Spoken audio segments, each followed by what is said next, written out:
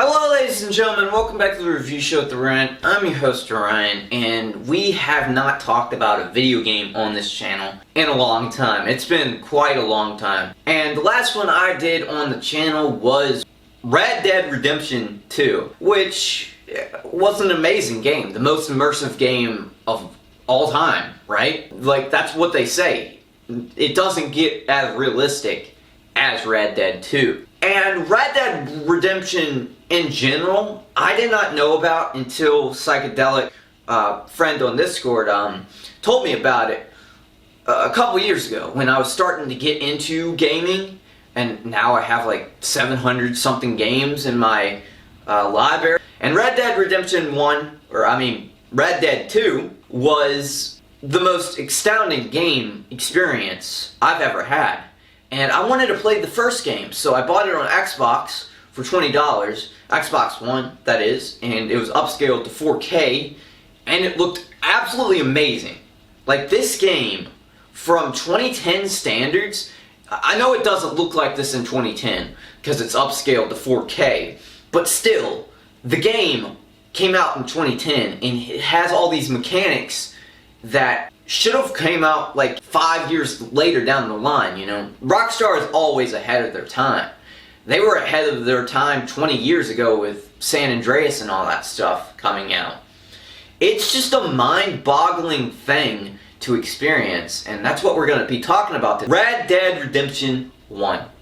So please, if you have not already subscribed, click the red button, turn on the notification bell, become part of the Super Chillest family on YouTube. It would mean so much to me if you could share these videos to your family and friends, and it would be great to have them a part of the community here. Let's dive right into the video, and thanks for watching. Before this review begins, I just want to say I found Super Chill again after like 3 years, and I'm really like happy to find the taste again. Like, Super Chill has always cultivated my whole channel. I've been drinking it for like 5 years. And Super Chill is... I've kept the catchphrase for like 5 years, so it must be special, and it is. Go check the video of me making Strawberry Super Chill if you want. What makes Red Dead Redemption 1 special? Well, I can't really tell you in words. It's very hard. I'm not the best person when it comes to describing games and how they make me feel. I just love them. I just play them, and if I enjoy them, I enjoy them. But Red Dead Redemption 2 and 1 are really special, and John Marston and Arthur Morgan, you gotta mention him as well, are just absolutely amazing characters. Just two completely different people. John is more of a, you know, a American style cowboy, like outlaw. He's trying to run away from the law and get away to make his life better. And that's the whole plot of the whole game, is he wants to get rid of his past, but he can't. And it ends up badly in the end. And it like, he gets his family back, but he can't have his family back, and that's the whole plot of the end of the game, basically. Going from 2 to 1 without knowing anything about 1 is a little weird to me, because I didn't play this game. I didn't know about this game until Psychedelic told me about it 2 years ago. 2 years ago, yeah, back in 2020. It was a completely new game. Really a couple years old, Red Dead Redemption 2. I just didn't know about anything about the game. Nothing about cowboy games. I wasn't really too huge into cowboy western movies at the time. I didn't really have a specific genre of movie or game or anything that I really was interested in. I mean, I've always loved space and all that stuff, but that's a different thing. That's not western or anything like that. I clicked to this once I played it, you know. I didn't know if I was going to like it or not, but after playing all of Red Dead Redemption 2 and then playing this game, it makes me love western movies and western atmospheres a little bit more. I've always loved history. It's always one of my favorite subjects in school, and I never really learned about too much of the 1800s, to be honest with you, other than, you know, the typical slavery and the Civil War and the War of 1812, that kind of stuff. It gets, after a while, it gets boring, and can we move on to something else? And yeah, I don't know. If they did something else like cowboys and stuff, or made it as interesting, maybe I would enjoy history a little bit more. But yeah, I was always, you know, on to older stuff, older than the 1800s, and, you know, from modern day kind of stuff from the 20th century. But what does that have to do with anything? I don't know. I'm just saying, it took me a while to get into this kind of thing, and yeah, Red Dead Redemption 1 has a lot of gripes for me. Like, going from 2 to 1 makes no sense to me at all. I don't know anything from 1. I don't know how it ends. I mean, that's how the story should be going. You should have played 2 before 1, and if you played 1 in 2010, it wouldn't make any sense at all. And you hop into this game, and then what does this, where am I? What is this? Who is this Arthur guy? Dutch? Why are you nice? You should be insane. You know? It's a lot of unused context that wasn't in the first game, and that means you just shot down Javier, Bill, and, well, Dutch killed himself, but it didn't feel right. Like, I should be feeling bad, right? Right?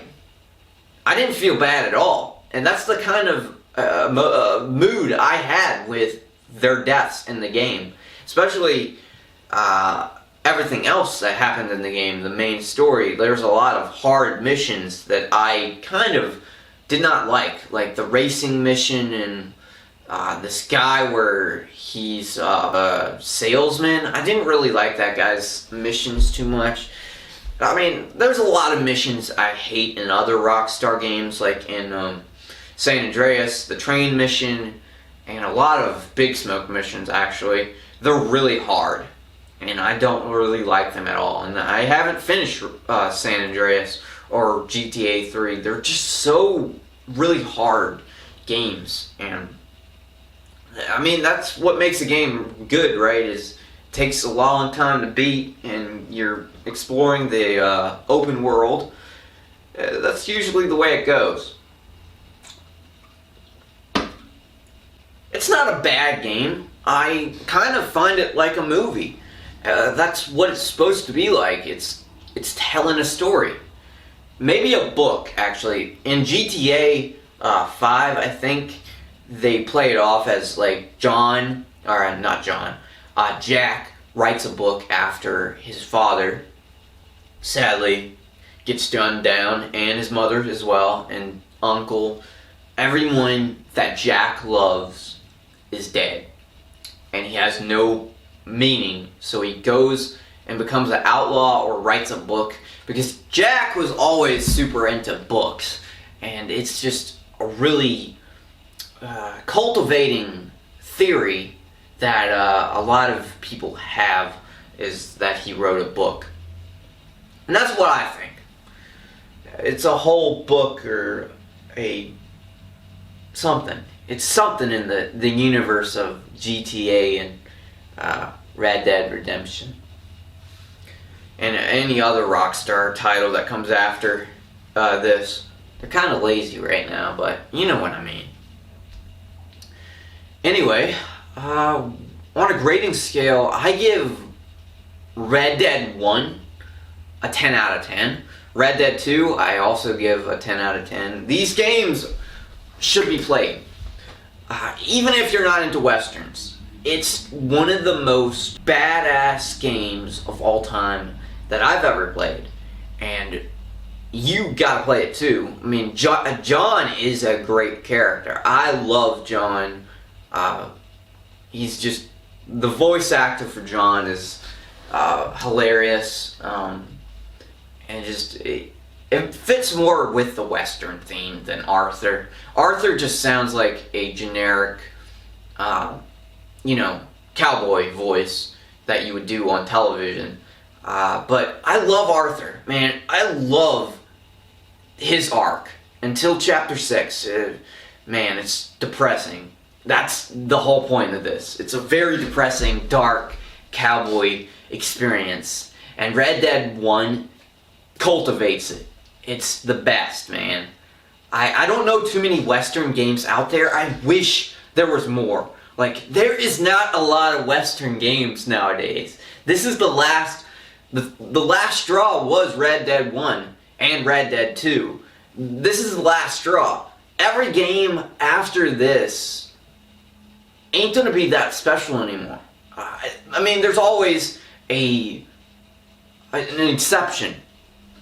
But as a gaming output, as a AA title, AAA title, there isn't much story, there isn't much experience, there isn't much love and passion into these projects anymore, and it's kind of sad. And that's the kind of mood I have with these kinds of things, is they only last once in a lifetime, and then nothing ever happens again until someone else comes along. It's either a movie or a game that is the next big picture of the most influential project known to man in this modern era, and that hasn't happened yet. Maybe Inception or some kind of Interstellar? I'm not sure. I don't know what is the biggest cultivating modern day cinema style that has influenced a lot. I don't know anything. I mean, there is some things I'm probably not mentioning, but this is what Red Dead 2 did. It influenced a lot of other Western games. Well, I should say Red Dead Revolver. And it had actually, I think it was Max Payne that did this with the Deadeye first, like slowed down time and all that. There is another theory that everyone in the Rockstar universe is related to Max Payne or something like that too, I think. I think that's pretty cool. But then again, that was The Matrix. And The Matrix came before Max Payne. So, I'm just saying, where is the future influence for the next big thing? That's what I'm curious. But yeah, that's all I wanted to ramble about. This is going to be titled Red Dead Redemption 1. What is so special about Red Dead Redemption 1? I think I'm going to title it that. I don't know exactly, but I hope you enjoyed me talking about this. I really want to do more gaming videos here on the channel. Super Chill Orion. I know a lot of my audience isn't wanting to watch gaming videos, but you know, I try to center towards everyone, and everyone, you know, has different opinions and different things they want to watch, like cooking and movies and music. We all have different things we want to watch, right? And I try to keep it a huge variety, especially with Vintage Solitude. I try to make that every month with a different topic, and it's very hard when I don't know what I want to do exactly, and I don't write scripts too often either. But anyway, that's enough rambling for today. I hope you enjoyed this video. Of course, stay super chill and subscribe to the channel for more content, and subscribe to Vintage Solitude if you want to. I have a Facebook page now that I'm planning on uploading to a lot of content to, because I can't make a website at the moment. If I could, I would. I just don't have the money to afford a website. I wanted to do this a long time ago, but I just didn't know exactly what I would put on there. And I have an idea now. I have an idea. The Facebook page is going to be the temporary thing for a while until I can afford a website, but I'm going to be posting it on Facebook. I don't like Facebook, but I am going to post on there. I'm going to post on TikTok and everything else. Just follow it down below. Thank you again for watching. Join the Super Chill Nebula down below as well. And there's one more thing I have to say. Stay super chill, and I'll see you next time. Bye, everyone. Click these videos right here to see the other content that I posted and the playlist. There's a playlist right here, hopefully. And subscribe right here to subscribe to the channel. Thank you again for watching. And of course, do not forget to stay super chill. I'll see you guys next time.